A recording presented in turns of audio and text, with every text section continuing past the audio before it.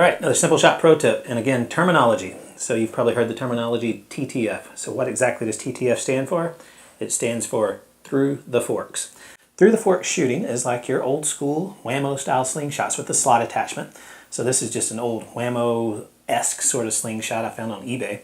But see here, when we pull the bands back, the projectile, when it's released, is actually traveling through the prongs, right through the forks, hence through the forks. Now, like take the old Victor 10.